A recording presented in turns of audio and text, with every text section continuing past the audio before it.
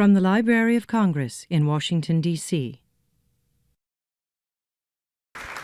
I'm Ellis Brockman. I'm with the Library of Congress, and it's a real honor to be back on stage with the amazing Scott Turow.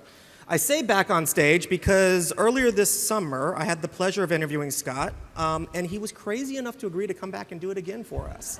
So this is his fourth or fifth time at the book festival, so it shouldn't be too hard. I think we'll be okay. Scott has been called the father of the legal drama and the bard of the litigious age.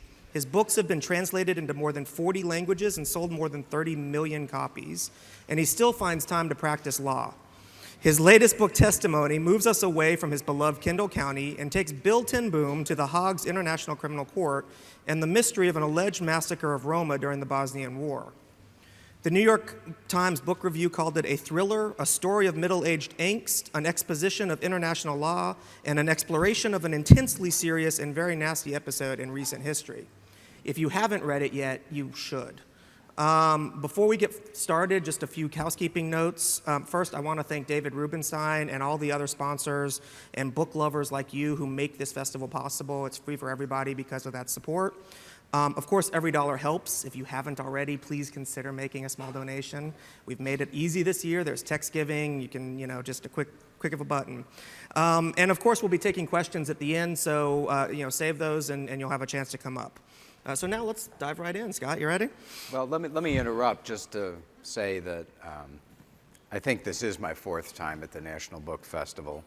The first one took place only hours before 9/11, and it's a wonderful thing that, given the many changes that followed those horrific events, that the National Book Festival has been able to sustain itself due in part to the generosity of people like Mr. Rubenstein and others. And this is our only official national celebration of books and authors and readers and reading.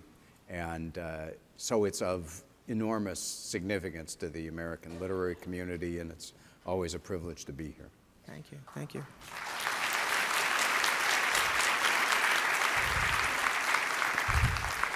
So if you don't mind, I'm going to drill a little into testimony, and then we'll broaden things out today. What made you decide to pull away from Kendall County and set this latest book in the ICC? In the year 2000, I was on book tour in Holland. One of the great things about being a so-called thriller writer is that you are sometimes lucky enough to have a worldwide audience. So I was on book tour in Holland, ended up at a reception in the home of the American ambassador, and found myself surrounded by a number of the ubiquitous American lawyers in The Hague, and they were all going, "You've got to write a book about this place," and they were talking about the international criminal tribunals there. There are a number, and they said, the cases are amazing, the political and diplomatic complications are amazing, people are away from home, and so personal lives get a little twisted at times, and it sounded perfect for me, and that was quite a bit in contrast to what I usually hear people go, "You got to write a book about this, you got to write a book about this, it's terrible, a horrible injustice," and they're usually talking about their divorce. So, so this was more promising, and I always held on to the idea. That's fascinating. To me, it felt like you focused heavily on the ideas of self-identity and midlife crisis. All the major characters seemed to be struggling with aspects of who they were at their core. Was that a personal theme? I mean, was there something going on there? This is not the first novel that I have written about which that might be said. And I have to say that I am utterly mystified about why. I feel pretty secure in myself at the age of 68, and yet it is undoubtedly true that Testimony, much like a novel I wrote called Ordinary Heroes, is full of people who either are not sure who they really are or present themselves as someone they are not. And everybody has an international identity. Every character has started out living somewhere else and ended up either in The Hague or in Bosnia. Why, I cannot begin to tell you. So maybe it's time for more therapy. Well, it certainly adds depth to the character. So, another aspect of the book that stood out to me, Roma culture plays a really big role. Right. And you've said in other interviews that you became interested in the Roma after experiencing them firsthand. Right. So, do you Right. touch on that a little bit? Well, this has got to go back at least 40 years. And because to my memory, I was still a law student, and I had a relative who was very sick and in a Chicago hospital on the west side. And whenever I was in town, I would go visit him because it was a lingering illness. So I walk in, having come back from law school, and the hospital is in tumult. And it quickly is obvious why, because in every waiting room there are gatherings of people whom I quickly realize are gypsies, Roma, and it develops that the local gypsy leader, the so-called Baro Rome, big man, gypsy king, whatever you want to say, was dying, and these folks were waiting vigil for him. Along with this concentration of Roma, the nurses in particular were going crazy because from some rooms, things like cufflinks and bracelets, watches were disappearing. And I walked in one day during this visit, and the waiting rooms were empty.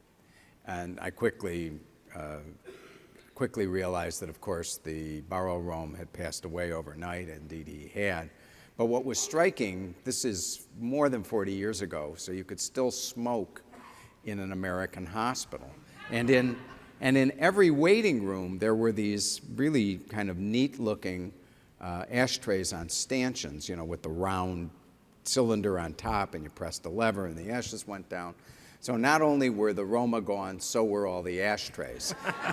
and at that moment, in a sort of rare instant of enlightenment, instead of having the sort of typically bigoted response that would be forgivable in the circumstances, I said to myself, there is something about these people that not only I don't understand, but makes them culturally much different than me, because most Westerners would look at a trip to the hospital and say, this is the last place in the world I want to make myself unwelcome, because sooner or later I or someone I love is going to be here, and I don't want them barring the doors to me because of past misbehavior. But that was not the Roma attitude, and I just vowed to myself that I was going to come to understand that. And it is a culture that has, like almost all ethnicities, but even more so. Thank you, Noah, my grandson.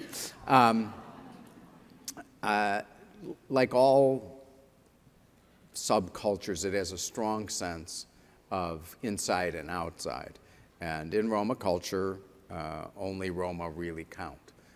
They're not alone in this, but that's part of what explains it. Another part is that in the Romani language there is only the present tense. There's no past and there's no future. Interesting. What did you do to get a better understanding? So that made you interested. What did you do to get a better understanding enough to write the book? And Mostly what I did, besides traveling, was read a lot. And of course, there's a great deal written about the Roma, much, much less written by Roma about Roma, because unlike music, reading and literature are not parts of the Roma tradition. But there are some books by Roma, a lot of books about them. The greatest in terms of a reading experience is still Isabel Fonseca's Bury Me Standing. And, I ultimately went to a Roma village in Bosnia and spent time there. What was that like? It was pretty neat. I had a wonderful, wonderful guide in Bosnia, and Dania had arranged this trip, and we went all through the town. We had coffee at the home of a local Rome leader, and spent quite a bit of time in the town, and it's pretty much as I describe in testimony. The town was actually called Police, and in order to fictionalize, I call it Lice in the novel. But the experience of being there is very much the same. Yeah. Let's move on. The editing process. Did you have to edit out a lot in this or other works? I mean, do you leave a lot on the editing floor? What's the... I always leave a lot on the editing floor, but usually my novels have appeared at 3-year intervals. And because of the amount of research that I did for testimony, I ended up, for the first time in my career, missing my deadline. I was only late by 6 weeks, but that threw me into a different publishing cycle, which meant that the book, basically appearing in May of 2017, was about 9 months later than it was originally projected. Well, that meant my wonderful editor, Deb Futter, had 9 months more to work on the book. And so I would get notes from her, and I would incorporate them, and I would send them back, and she would send me more notes, and I work on this time. By the time we went through the 4th or 5th go-round, I said, Deb, one thing I can assure you, I will not miss a deadline again. Did any major plot lines get left on the floor? I mean, was there anything you wanted to include that didn't get included? There was no major cutting of plot lines. There was alteration of plot lines. Neither Deb nor I was completely happy with the ending of the book at first, and she pointed out to me some things that were somewhat inconsistent, which is not unusual with plots as complicated as mine. There were characters that she wanted better defined, particularly the Roma woman who ends up entrancing my main character, Bill Tenboom, Esma. She wanted changes with Esma that I thought were well thought out.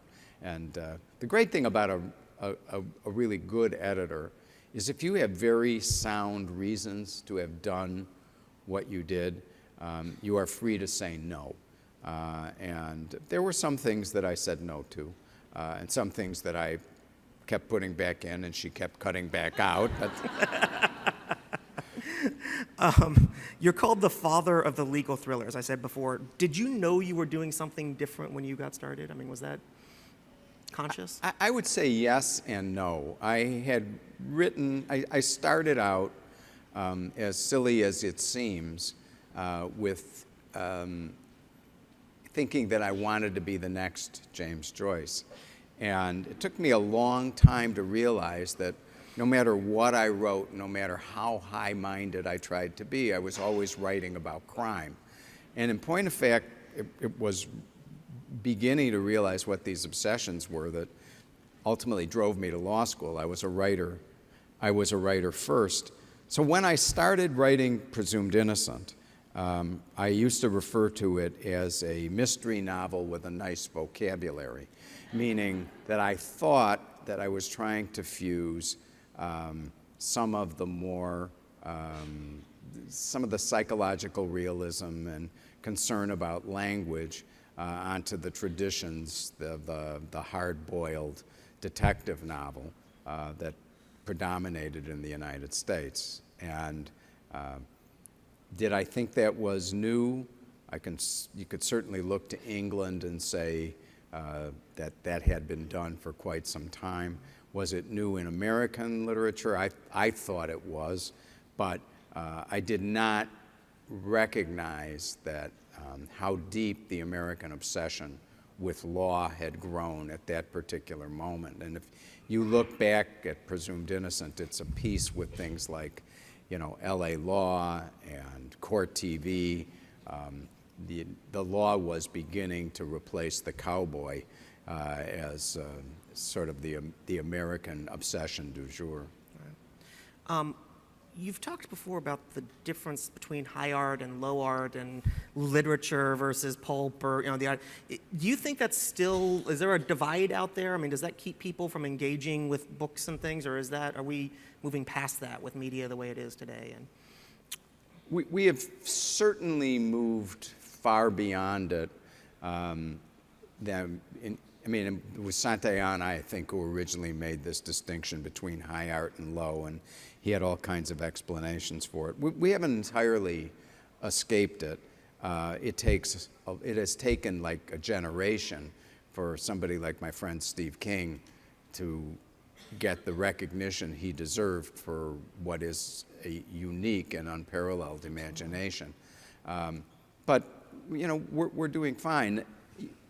If you look at the world of film, something that's incapable of being appreciated by a significant audience is just not regarded as a good movie.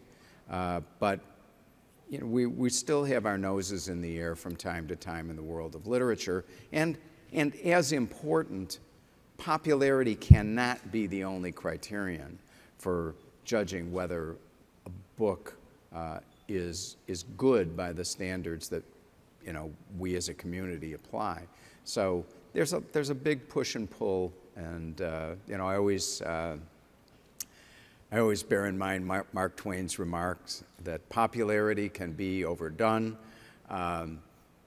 If you go to Rome, you come with the attitude that you're sorry that Michelangelo ever died, but by and by, you come, as you look at more and more and more work and see the obsession there, you're sorry you weren't there to see him do it. So. You've traveled the world, you've interviewed Henry Kissinger, you had Harrison Ford to your home, you've even been a Clue on a Jeopardy show. What would you say has been your most memorable experience? Well, I say with no, and I always say the same thing, that like most people, I would never trade the experience of being a parent. But I know you're not talking about my personal life.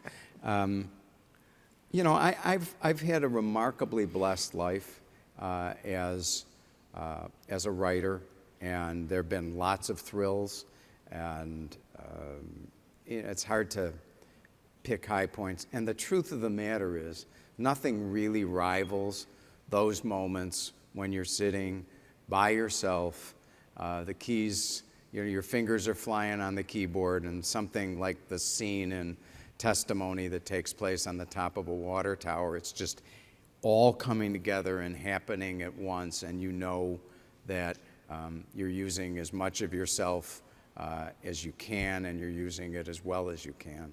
And so whether that's schmaltzy or not, those really are the high points. So riffing on that a bit, you have an amazing ability to bring characters to life. You make them relatable and real, there's depth. How much of yourself do you put into them? You know, I think every character for every novelist has got to be someone whom the novelist recognizes. And usually you form that kind of bond emotionally because you can recognize whatever it is in yourself. So, I mean, that's a hard question to answer. You know, there's a bad guy of Hitlerian dimension who appears as a character in Testimony, and I'm pretty proud of the scene where that character appears, and I think his very unique worldview is made apparent. I don't really want to think he's a part of me, so I can't go that far as to say every character is part of me, but you have to be able to understand every character, and frankly, in a very compassionate way. You have to understand how they see their place in the world. Do you think your skills as a lawyer helps your writing and vice versa? Your writing helps your...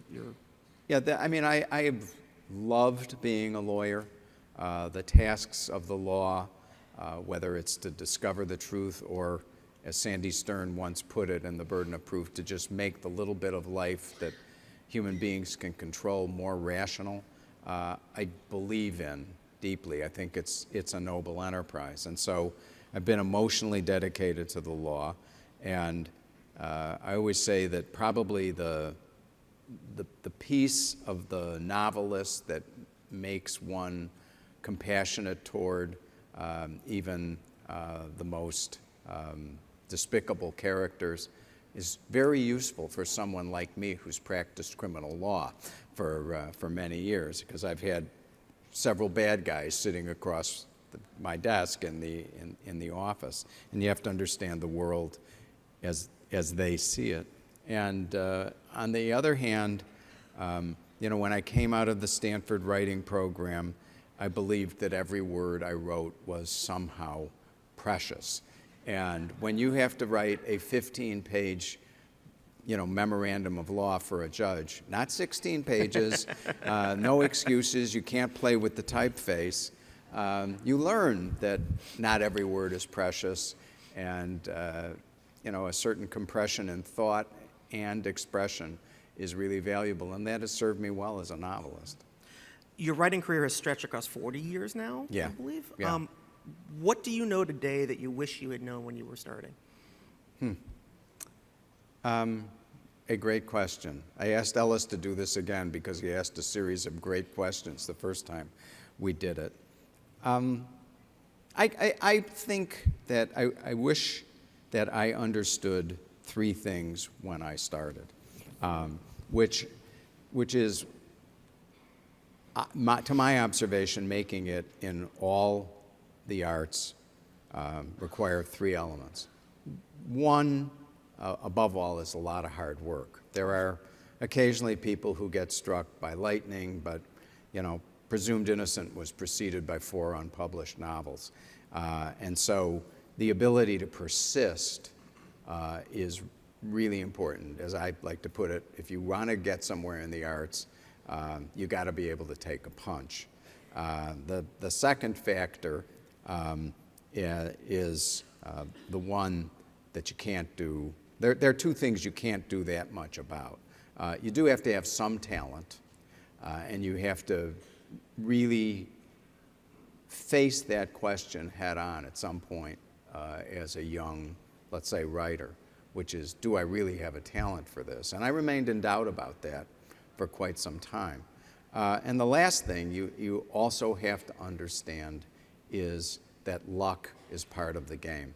And I wrote Presumed Innocent at a moment when Americans were intensely curious about the law. And I had no control over that. I didn't recognize it when I wrote the book. I wrote the book because I had a passion for what I was doing in my day job as a lawyer. And and that luck has carried me over the next 3 decades and has me sitting here opposite you. But you have to accept the fact that your fate is really in the hands of fortune. You've talked before about your joy of reading as a child being what made you want to be a writer. Are we as a society doing enough of that to encourage young people to read and enjoy the arts? I mean, art's broader than reading, probably. Well, we obviously face today the countervailing pressures of a society that is increasingly dominated by the images, whether they're on screen or on the internet. And I would be dishonest if I didn't say that I thought that for a lot of young people that was depleting the skill to read and write. I'm still amazed, though, by how many young people I encounter, and I mean people who are children, who read with passion. My only concern, though, is that those young people are going to end up being, in many, many cases, the folks running this society. And I wish that the opportunity to learn to read and write with precision was better distributed. And I don't, a lot of people like to blame our school systems. I think teachers do a tremendous job of trying to instill those skills, but they're often battling an array of factors, from everything from classroom size to a lack of support at home, that makes it hard.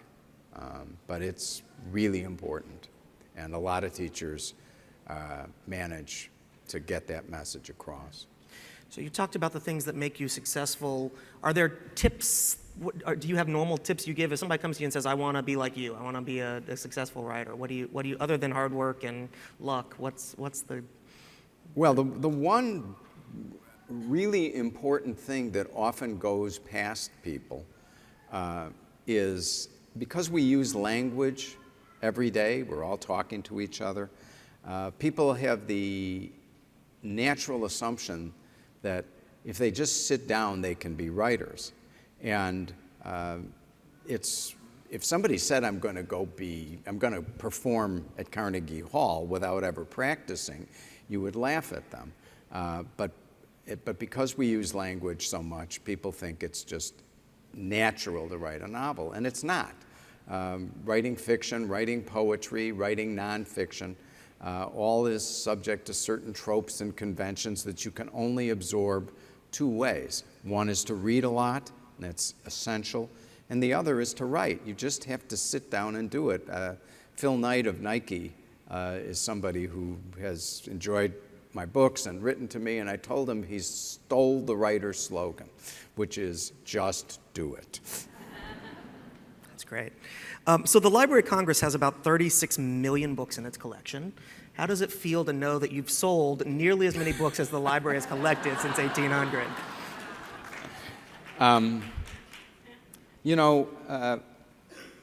Every now and then, I'll look at these figures and, 2 million copies in print.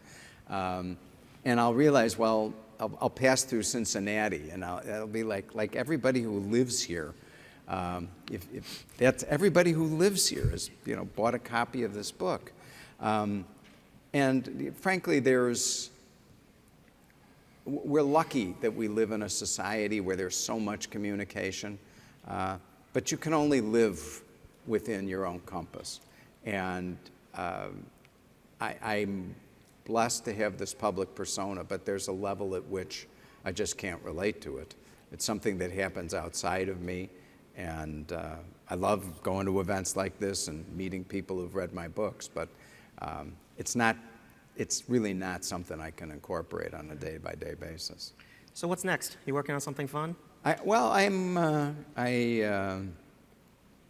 I'm working on a new novel. I think Sandy Stern is going to make a last stand, as it were, in Innocent. He was sick, and fortunately for me, he survived. So, but we're headed for Sandy Stern's last trial. Well, that raises the question. Do you know, when you start a book, do you know the ending? Luckily for you, he survived. How do you not know he's going to survive? You just don't know. It's like in life, Unfortunately, at this age, I have a lot of friends who are sick with pretty serious illnesses, and some will survive, and some won't, and none of us are going to make it in the long run. So. Right. Well, with that, let's open to questions. There's microphones in the front of the room. If you have a question, please come on up. Yes? Many of your books have been converted into movies, and I'm always interested in how the author feels about that. And are there any, everybody always says the book is better than the movie. Are there any times that they changed it and you felt, wow, they did a good job or a better job putting that into the movie, or the movie left something out and you really hated the way they did it in the movie? What's your... Every author who's lucky enough to have his or her novels turned into films learns a lot of lessons. The first one I learned came when I arrived on the set of Presumed Innocent, and the great actor Brian Dennehy, I met Brian the first instant I was there. He remains a dear friend, and he looked at me and he said, "You got to understand something." He said, "If we filmed everything in your novel, it would probably take about 14 hours of film time." And he said, "We can't do that. We'll be lucky if the studio lets us have a running time of 2 hours." And so he said, the best movie from a novel is still an abridgment. And the art, of course, in the great adaptation is making the right choices in what to leave out. And very often it seems seamless as it probably does in a movie like Presumed Innocent. And more often it doesn't. And what gets lost is critical to the success of the movie. The other thing is that almost all fiction operates from the inside. You're talking about a character, what that character sees, what that character feels, and you know that directly. On the screen, you're working from the outside, and you're seeing the character, and you're intuiting what the character is feeling instead of getting the direct reports. And both of those factors account for the reason that people say so often the book is better than the movie. The movies are much easier to decode. Sitting in a theater is not as hard as reading a book, and that's a glory of that medium. But if you've invested the time, usually the book is in fact better than the movie. We'll go over here. Yes. Can you hear me? All right. Yes. I was on the Bosnia Support Committee here in Washington, D.C. We went to Congress to get them involved in the Bosnian part of the war, and they did. And when I heard, I had read some of your books, but when testimony came out, and I get my books in the library, I put my name on the list. It was 81 on the list. Now it's down to 14 because they said so many books in the library are missing. So many testimony books are missing that they had to buy a lot of new books. But I was wondering, is your book about the Bosnian War at all? I mean, is it about Serbia and Bosnia, or if you could tell me a little bit about that. I did not expect to be writing about the Bosnian War when I started testimony. And I backed into it because there's something that the Western Europeans call the Hague Invasion Act, which our Congress passed, saying that if any American service member is charged by the International Criminal Court, the president has authority to go rescue that soldier. And whether that's good policy or bad policy, I personally think bad policy, but whatever it is, it's great fodder for a novelist. But the only place in Europe where American combat forces have been present is, in the last 20 years, is Bosnia. And so that's how I ended up writing about Bosnia and the disappearance of this Roma village where American service members are among the suspects. I was sort of paralyzed and stricken when I realized how little I knew about the Bosnian War, which was a terrible, terrible event.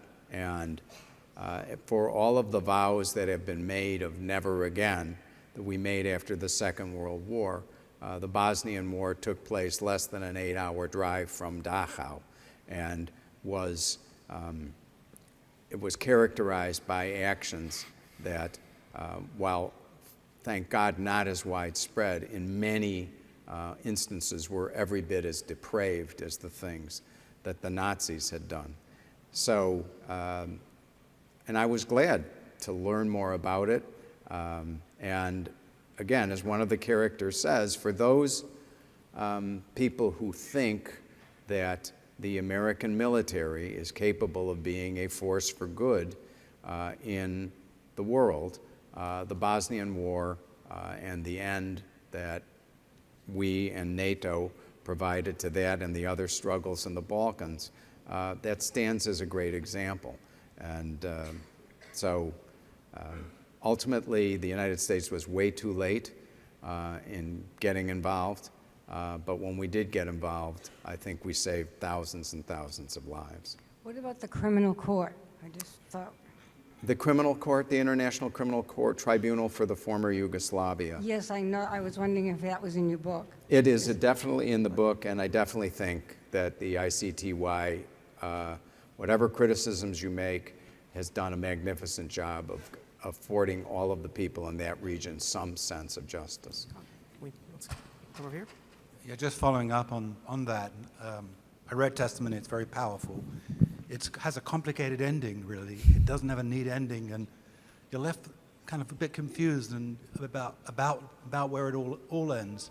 But my question also is really, what are the challenges of going into a situation like that, where I presume the feelings are very raw, the feelings of anger and all of that still persist, and you're in there as a writer, you know, researching and writing a book about something which I guess is still very much alive in the experience of people who are living there. I just wondered how that was for you to do that.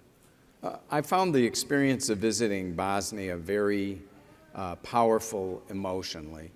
The Western countries, because we were so slow to recognize the real Holocaust that was taking place in Bosnia, responded to their failure to act by providing a great deal of aid for the physical reconstruction of Bosnia. So you arrive there, and the place, given how extensive the damage was in a place like Sarajevo, it looks great. And you think, wow, this society is fully recovered. Well, you have to be there for a while and talk honestly with people to realize that no, something as horrible as what happened in Bosnia cannot be recovered from in a single generation. And right now there are three different governments in Bosnia. And as one of my friends, an American who's lived in Bosnia for a long time, put it, everybody knows that the situation here cannot last, and nobody knows what the outcome will be. They remain traumatized enough by the war that I don't think anybody wants to fight again.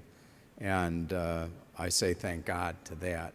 But it's still in a society that's emotionally asunder. Okay, when we started talking about testimony, you mentioned that you did a lot of research about the Roma culture and that you do a lot of research in general when you're writing a book.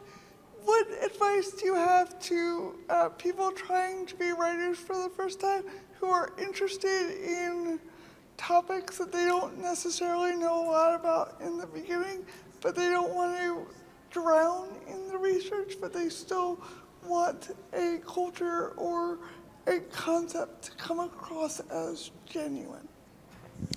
Well, one of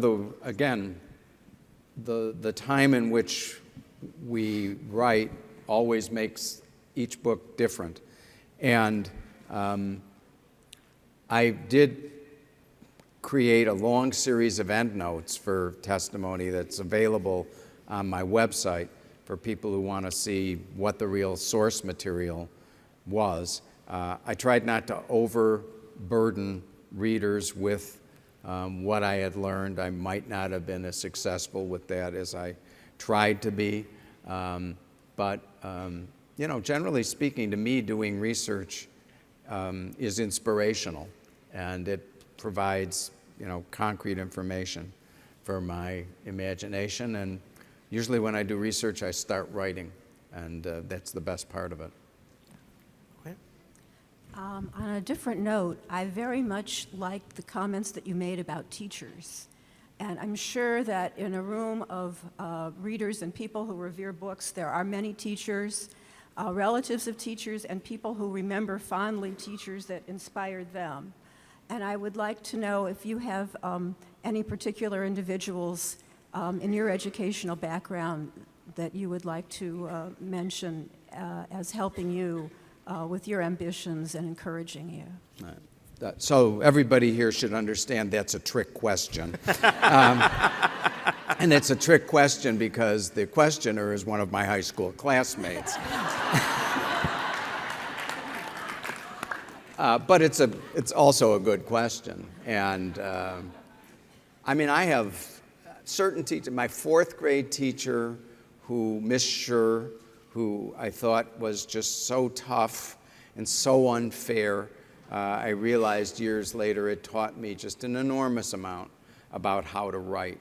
And my seventh grade teacher, Mrs. Rubenstein, was just a gentle presence who really made school fun again, for a very dreamy kid who had a hard time keeping his mind on the work. You and I had, Allison had great teachers, especially in our freshman year at New Trier, and everybody from a young teacher fresh out of Williams named Robert Parker, who I butted heads with and, sent me a flunk notice in freshman English, and Mr. Gregory and Mr. Marin, the history teacher, Gregory, the English teacher, and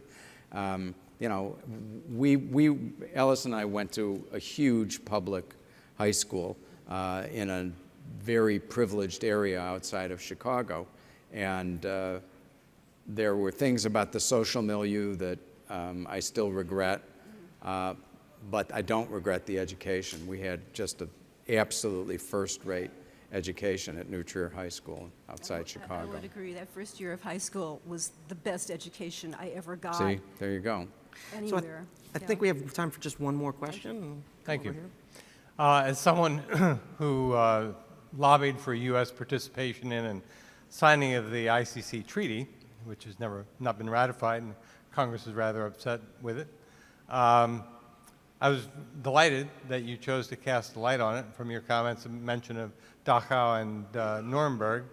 I assume it's something that you thought was worth casting a light on.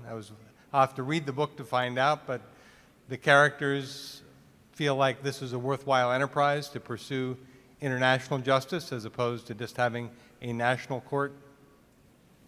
I haven't made any bones about my feelings about the ICC, and I hope that testimony, and a lot of the practitioners in The Hague have written to me about the book, and they think that it's pretty accurate about the milieu around the court. And there are all kinds of things wrong with the ICC, but the American decision, which we made in the aftermath of 9/11, not to ratify the ICC treaty, and to, as the second President Bush decided to do, to unsign the treaty, I think was a terrible mistake. And just by way of example, certainly the great genocide that's taking place in the world now is in Syria. And once we unsigned the ICC treaty, Syria too refused to ratify it. And so now we're stuck doing things like bombing airfields to express our moral outrage, instead of being able to look at Mr. Assad and say simply, we're coming for you, your day is going to come, you're going to be in the dock, and you're going to stand trial for what you did. And that's a consequence of the decision that we made. And you think it was a bad decision? Well, on that very light note, we are going to have to wrap up today, but I want to thank you for coming back. It was fabulous to have you here at the book festival. And he will be downstairs signing books this afternoon at 2 o'clock. 2 o'clock down on the expo floor if you have a book you want signed. 3 o'clock, I apologize. 3 o'clock on the expo floor. So again, thank you, Scott, very much. We appreciate having you here. This has been a presentation of the Library of Congress. Visit us at loc.gov.